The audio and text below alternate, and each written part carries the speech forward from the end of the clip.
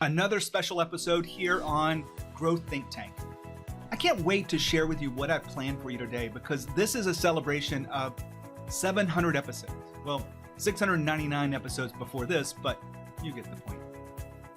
I love what I'm doing. I love working with founders, CEOs from fast growth companies, many of my clients on the Inc. 5000, and I really love to tune into what's working, what's not working, and I want to share with you some of those lessons today.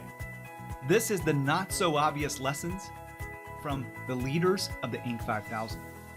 When you think about your job as a leader, I'm going to admit it's difficult because we're told not to multitask, right? But here's the reality of running a fast growth company. You've got to juggle a lot of things.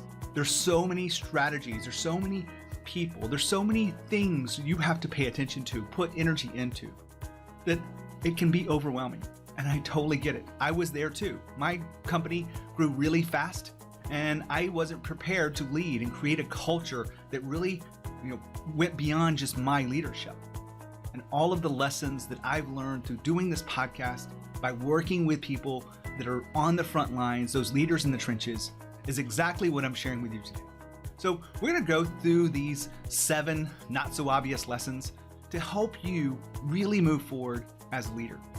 So let's dive in. The first one is problems are not the enemy. I know, problems are not something you want to address. All successful people think when they get to a certain point that the problems will be dissipated, that they will be minor. But here's the reality. Everyone has problems. I can remember doing a speech and someone talked about, well, we don't use that word in our company. We call them challenges instead. And here's the reality. I get the idea of language around problems, but when you don't acknowledge the problem, it really is a problem. Because when you acknowledge it, you give a chance to see the options in front of you.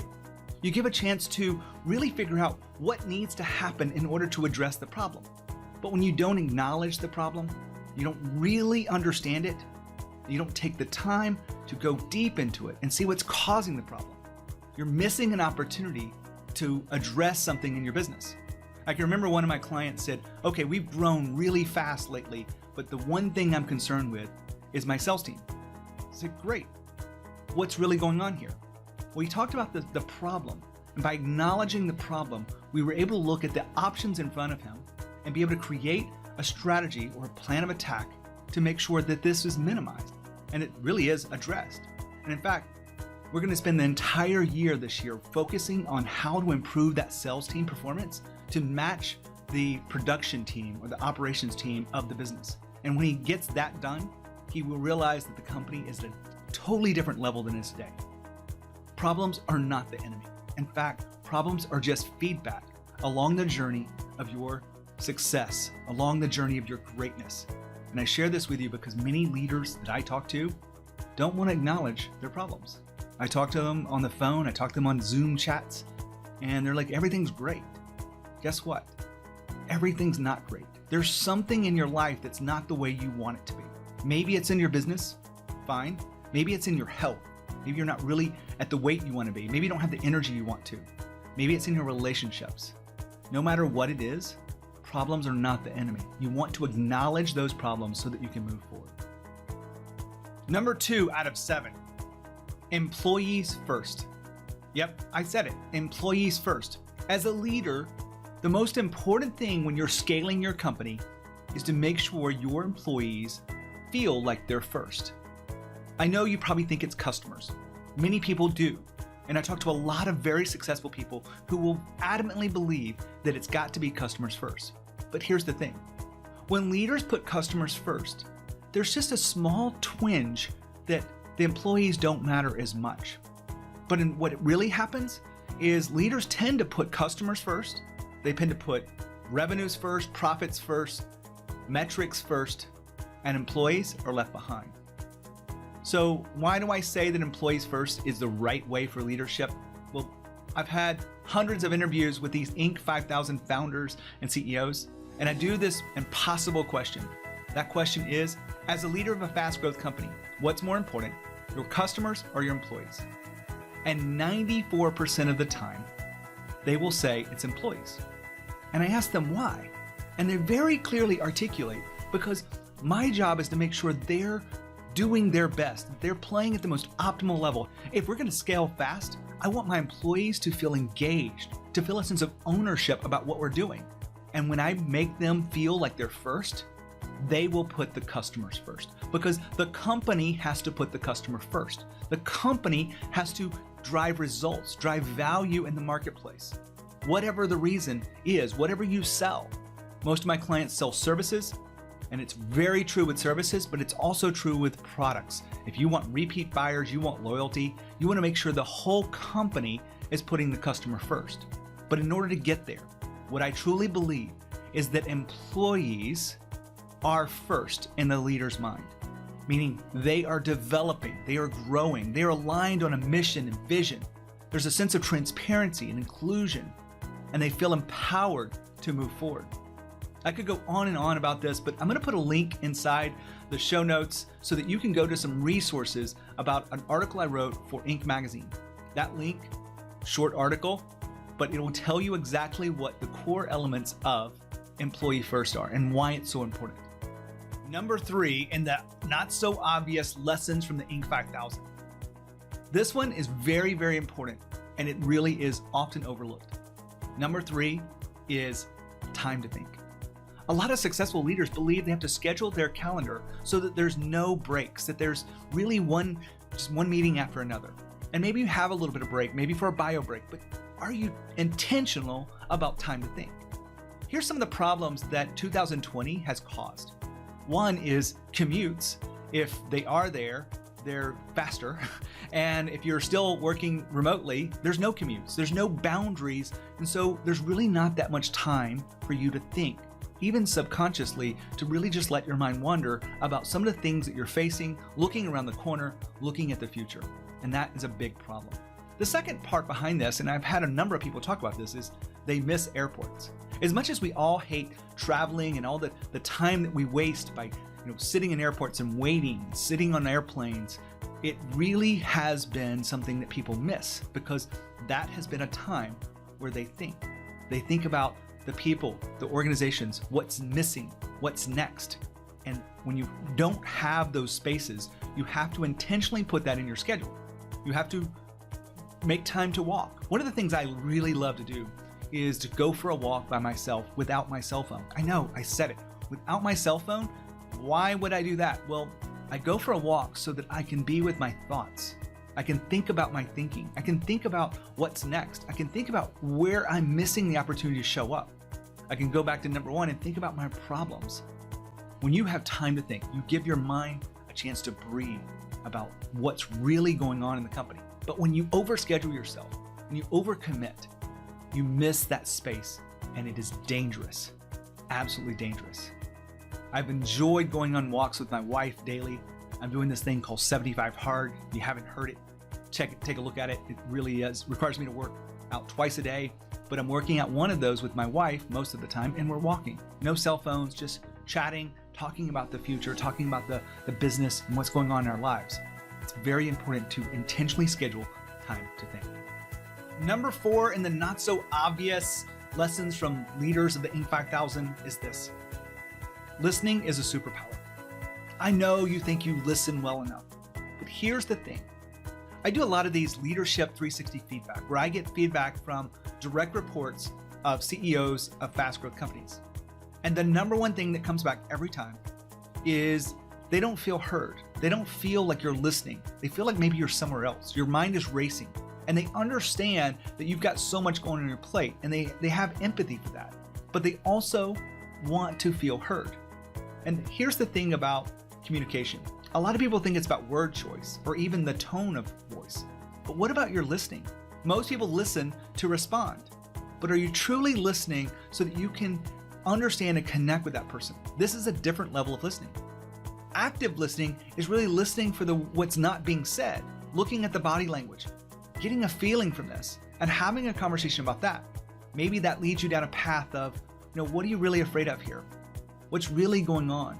Getting to the heart of it is the real strength and a superpower in leadership.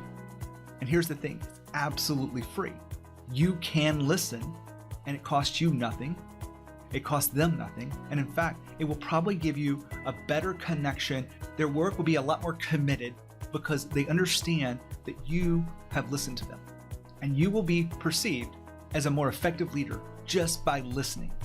One of the things you can do to spark this, and it's very simple, it's instead of holding this or instead of having it on the desk, is for you to visibly put it away, or maybe even close your laptop. Any electronics that are in your view when you're talking to someone actually takes away from it. You don't have to be looking at it or even holding it, but if it's there, it takes a little bit of energy away from that connection. And just putting it away, moving it, will create some kind of connection that you can really build on when you truly listen. Listening is a superpower. All right, number 5 in the not so obvious lessons of leadership from the Inc. 5000 is this. Energy management matters. What is energy management? Well, energy management is really tuning into what drains energy from you and what gives you energy. There's some things that might be neutral, but for the most part, things either give you energy or they drain it away. And your job as a leader is to protect yourself first, right? Really protect your energy. Are those meetings that you go to giving you energy? Or are you frustrated? Are you feeling anxiety? Or do you have everything around you that gives you energy? Well, when you focus on what your energy levels are around people, around projects, then you will be able to tune into this. And in fact, there's a lot more than just the people in front of you. Energy management really is about your nutrition. It's about your health. It's about your relationships, because most of the time, our energy drainers are not even something right in front of us. They're something that we've done to ourselves. The relationships in our life, right? Some people are energy givers and some people are energy drainers. Your job as a CEO or a founder of a fast growth company is to identify what the energy management issues are, remove the drainers, or move them to another level. Have the conversation about this energy level. But then also to manage the energy of the entire organization, to really look at what matters. One of the things I've been doing, and this really helps me, is I work out in the morning. I have a routine that a lot of people probably have, but I love my routine. I love really getting up to work early. I love getting into the gym by 6:30. Yes, I'm working before 6:30. And then I love truly just connecting with the moment I'm in. All of that gives me so much energy before 7:30. And I am done. Get a cup of coffee and I'm back at work. I love this approach for me. What is your way of managing your energy and creating the most energy to start the day? Because if you win the morning, you win the day. I truly believe this. Maybe you do too. If you're a night owl, you're going to think against me, but I really do believe that those CEOs that are most successful are winning the morning and they're managing their energy and very intentional about what takes it away and what gives them energy. Energy management matters. Number 6 in the not so obvious lessons of leadership from the Inc. 5000 is this. Culture begins earlier than you think. Now, I don't care what size your company is, culture is a very critical element to the success and the scalability of what you have going. Culture is about how we get work done. It's about how we communicate with each other, the tone and energy around us, how we feel about others. Culture defines every part of this. Now, why do I say it starts earlier than you think? Because I work a lot with companies that believe that they're so focused on execution of the day's work, the goals, the processes, the systems, and those are important. But if you aren't intentional about the dynamics of culture, then you really lose the opportunity to drive the business beyond just you. Because a lot of the early stage companies I work with are really struggling in the founder to CEO kind of movement. That journey is really hard because you have to let go of an identity of being the founder and that this is your baby and that this is your family to create something bigger than what you've ever done before. Every company that I talk to in the podcast has the ability to scale because they have paid attention to culture. They know that there's some missing systems inside of their culture that can really move things forward. One of my favorite stories and the easiest thing you can do to drive culture forward is to pay attention to the values that you have in the organization. And I don't mean pay attention once and create them. I mean pay attention to them every day. Pay attention to how you're living the values, operationalizing the values. This is an opportunity that CEOs that are playing at a level of greatness understand that culture is so important. Now, one way that you can actually control or really enhance the culture you have is by living the values that you set out before. Maybe at some point in time they were aspirational, and that's fine. When you have aspirational values, you're striving for something that you're not today, but that you will become. And as a team, if you rally behind that, you have a chance to really realize those values. The most powerful way I've seen doing this is what I call value shout-outs. And I had a client recently tell me this is really a powerful way for them to connect together around the values. At the start of every meeting, they take just a few minutes, maybe 3 or 4 minutes, and they give shout-outs to any person that is demonstrating a value that they've already defined. And so if one of your values is bias for action, for example, then they will be able to shout out in the meeting, hey, I was working with Jim the other day, and he really took action on this. He didn't wait for permission. He didn't wait for everything to be right. He got action, and then he got feedback. And I saw him do this, and I saw him really, overcome some challenges. And those feedback lessons that he got really provide us a way forward instead of us just talking about it. And so that's just a very specific example. Those kind of shout outs or a peer-to-peer recognition allow CEOs to tune into what's really going on in the organization, but it also allows people to connect together because these peer-to-peer things are really powerful. Those shout outs are really important. One of the other things about culture that you may not understand is it evolves over time. As your company starts to form, maybe you have 2 employees or 3 or 4 or 5, whatever it is, those early stages are very important for you to define the kind of culture you want.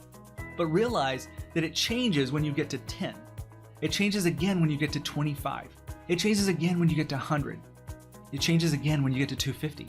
All of these shifts are really opportunities for you as a leader to make sure you're tuned in to what the culture is doing and to shape that and to continue what you built upon, but realize you have to let go of what it used to be to create the new. One problem area that they get caught up a lot is when you have a culture that's based on like a family. And I've made this mistake in my own businesses, but your business is not a family. It's a business, and people need to realize that everyone's not going to be protected, if they don't do their work, if they don't really take ownership of everything. You're really creating more of a space like a professional athlete team. Now, the interview I have coming up is with Mark Randolph, and Mark is the former CEO of Netflix, an incredible company, incredible growth. You probably know this, but in the very next interview, he talks about how the culture is much more like a professional team than it is a family. So all of this being said, it changes over time, and you've got to start early. Culture begins earlier than you think. All right, this is number 7, and I've saved the best for last, as we normally do. But here it is. The not so obvious lessons from leadership of the Inc. 5000 is your next level requires a new you. You've heard some version of this before, but here's what I want to give you today. That every goal that you want, every breakthrough that you're searching for, every frustration in your life, all requires a new you to address. When you think about that big goal that's in front of you and you want to receive that goal, you have to step up and show up in a different way. You have to be a new you. Now, my job as a coach to fast growth leaders is to help them see what that is. Be very clear and precise about how they must show up. There's a few tools I use to quieten the inner voice, that inner dialogue that gets in the way, that allows them to step into a bigger, more confident, courageous version of themselves. In order to create and receive the goals in your life that you really want, you have to be a new version of yourself. A lot of times I ask founder CEOs this question about what does it take for you to receive this next goal? Who do you need to be? to receive the goal. And most of the time they come back and say, my most authentic self. I love that answer. But here's the real issue around being your most authentic self. Most of the time, all the pressure that is put on you leading this company, creating a vision, aligning the people, all of the time constraints, and all of the stress and anxiety that you carry with you, and all the things you juggle, don't allow you to be your most authentic self. Sometimes you just want to break. Sometimes you want it to be easy. Sometimes you want it to be a little bit easier for you to get the results that you want, a little bit easier for you to align the people. You want people to just get along. I get it. I was a CEO of a fast growth company too. But when you think about being your most authentic self, it requires you to strip away what keeps you from being the most authentic version of yourself. Another tool that I use is around the aspirational core values that you have at a personal level. Your company probably has values, but each one of us has values of our own. And you have to be willing to let go of the old values and replace them with new, the aspirational values. I walk my clients through this. I can do this in my sleep now, but I would love for you to understand what that means. It means you're aligning to the most powerful version of yourself as a leader. If you want to receive your goals, if you want to achieve something new, that breakthrough, it means you have to show up differently. Whether it be more confident, more courageous, more focused, more disciplined. It could be a lot of different things that you have to understand. And when you understand that it takes a new you to get there, the battle's won. It's inevitable because you are aligning everything you have available to you as a leader to showing up that new way. And then it's just a matter of you doing the work. A lot of people want to focus on just the work. They want to put their heads down. Now, I coach very successful people, and all of these people can do it themselves. I tell them, but it's faster when you truly understand what's getting in your way. You put a spotlight on it, and you look at the choices in front of you, and you make committed decisions about how to move forward. That's my job, and to hold them accountable to all of the steps in that journey. Sometimes I'm giving them new strategies and frameworks, but I'm helping them evolve beyond what they believe is possible. This is my life's mission, and I share all this with you because I want you to understand what it means to truly become a new version of yourself, a new identity. When you really understand what that means, you have so much power available to you. With any challenge or problem that comes in your way, you can actually meet it because you're prepared. All of this non-obvious lessons come from hundreds of interviews with very successful people. So take this in for what it is. I'm here to serve you in a way that no one else serves you. Maybe it's the free content that you continue to learn from and the interviews that we do. Fantastic. Maybe you want something more specific, and if you reach out to me, I'd be happy to share with you some of the frameworks we talked about and go deeper. Or maybe you need a conversation. Maybe your breakthrough is right at the edge, right at your fingertips, and you just can't see it yet because you're so far invested into the issue. Or maybe you're holding on to the identity that you are today so that you can, before you can become the person you need to be to receive the goals that are right in front of you. All of the things that you see as mistakes or see as worries or see as fears, maybe it's just in your mind. I can help you go beyond that very quickly if you're willing to lean in and listen to what's really going on inside yourself and ask yourself the hard questions and do the hard work, the transformation that's needed. Your new level requires a new you. Now, I bring you all of these obvious tips. If you haven't heard all of them, then make sure you go back and find the full episode on growthinktank.com. It's episode number 700. Yep, it's been 7 years. I can't believe it, but I'm happy to share this. I'm going strong. I'm pushing beyond what people believe is impossible for myself, and I'm serving those that are very successful, and I am enjoying it. So if you're enjoying and digging this content, make sure you share it with someone that you feel like could benefit from it. When you think about courage, and you think about growth and you think about transformation and breakthroughs, I want you to think of me, Gene Hammett. I want you to think of this podcast and the stories we share on Growth Think Tank. I want you to think of all the things that we are trying to do to help you be the most powerful version of yourself, the most authentic version of yourself. And if you have any questions whatsoever, make sure to reach out to me, gene@genehammett.com. That's my email address. I'd love for you to reach out. Tell me what you think of the show. Tell me what you think of some of the things that we're creating for you to be more effective, stronger leaders, being the visionaries, being confident, and being unshakable. All of this is in service of you being the leader that your team craves. When you think about growth and you think about culture, think of Growth Think Tank. As always, lead with courage. We'll see you next time. You can hit the thumbs up, you can subscribe, you can even hit the bell notification button to make sure you don't miss an episode of Growth Think Tank. Do it now.